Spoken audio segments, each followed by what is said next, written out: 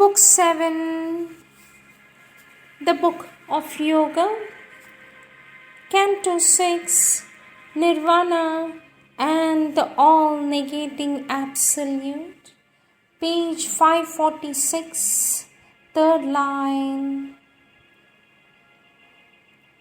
There was no strong initiator will, an incoherence crossing a firm void, slipped into an order of related chance. A pure perception was the only power that stood behind her action and her sight. If that retired, all objects would be extinct. Her private universe would cease to be the house she had built with bricks of thought and sense in the beginning after the birth of space. This seeing was identical with the seeing. It knew without knowledge all that could be known. It saw impartially the world go by, but in the same supine, unmoving glance saw too its abysmal unreality. It watched the figure of the cosmic game, but the thought and inner life in forms seemed dead, abolished by her own collapse of thought. A hollow physical shell persisted still. All seemed a brilliant shadow of itself, a cosmic film of scenes and images. The enduring mass and outline of the hills was a design sketched on a silent mind and held to a tremulous false solidity by constant beats of visionary sight. The forest with its emerald multitudes, clothed with its show of hues, vague, empty space, a painting's colors hiding a surface void that flickered upon dissolution's edge. The blue heavens, an illusion of the eyes, roofed in the mind's illusion of a world. The men who walked beneath an unreal sky seemed mobile puppets out of cardboard, cut and pushed by unseen hands across the soil, or moving pictures upon fancy's film. There was no soul within, no power of life.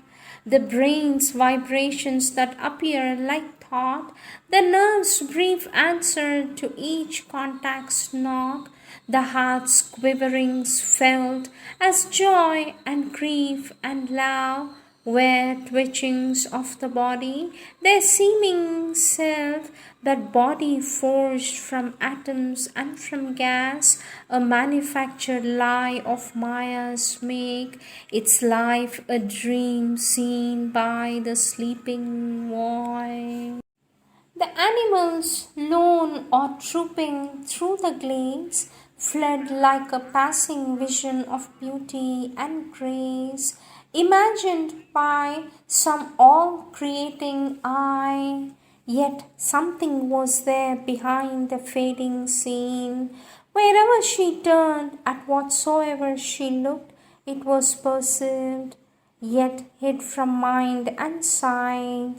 The one only real shut itself from space and stood aloof from the idea of time.